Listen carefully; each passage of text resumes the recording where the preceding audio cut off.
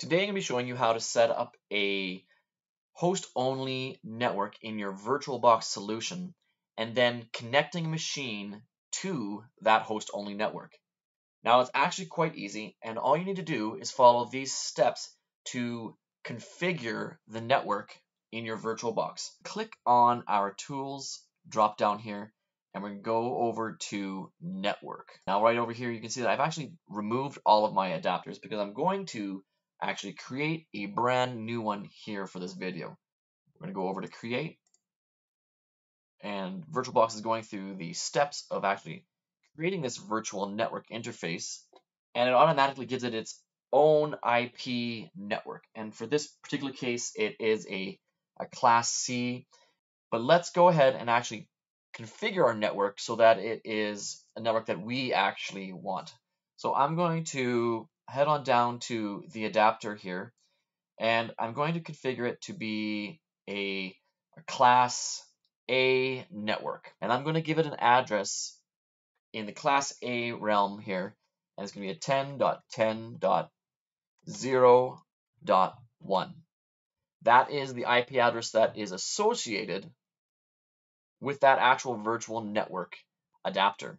Now, remember I said a Class A, and that means we're going to have to change our subnet here, because currently it's set to be a Class C.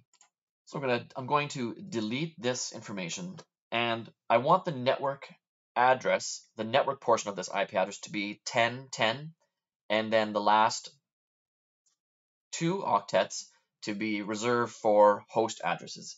So our subnet is going to be 255.255.0.0, and that is the subnet for our network. We are saying that these first 2 octets are the network space, and the last 2 octets are reserved for the host addresses. Okay, so I'm happy with this. Now I want to turn on the DHCP server, and what that means is that I want a machine that is connected to this network that has DHCP enabled to be given an IP address. Perfect. Let's go ahead and turn on the DHCP server on our host-only network. And as soon as you turn it on, you can actually see that it's got the old information from the automatically generated IP address that was given. Let's go ahead and change this to our network adapter. So we know we set it manually, so it's 10.10.0.1, and our subnet mask is not going to be this. It's actually 255.255.0.0, and we are going to set our DHCP pool.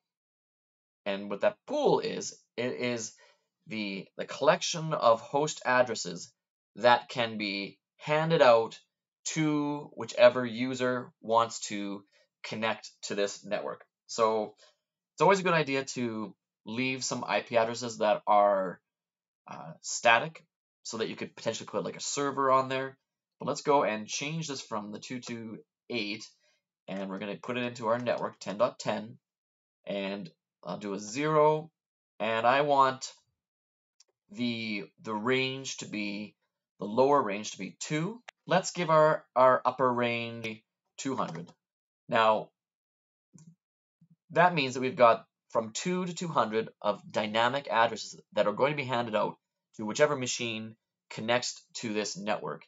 And the truth is that we're dealing with a Class A network here, and we could have a lot more. It just so happens that we've decided to make a network that's pretty easy, and it's going to have the capabilities of having close to 200 people connecting at one time. Much more than we need. Okay, let's hit apply and wait for Virtualbox to change.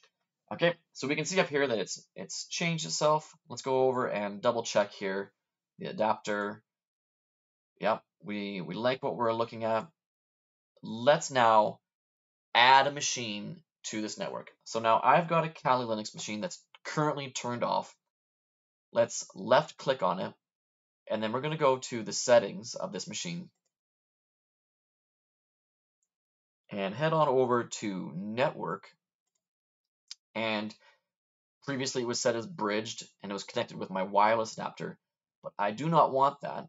I want to be connected to a host-only adapter, and the one that I want is the network that we just created. So there we go, virtual host-only Ethernet adapter. Great. Let's hit OK, and then power this machine on and see what IP address that my Kali machine has been given. Hit start. It's going to power it up. I'll log in here. Machine is powered up, and so at this point it should have an IP address because the machine was already set to be wanting to receive an IP address from whatever network it's connected to. I'm going to check the IP address, IPA, and bingo bango, right over here, we can see that we have been given the very first IP address that's inside of that pool, 10.10.0.2. And remember that our subnet was set to 16 here.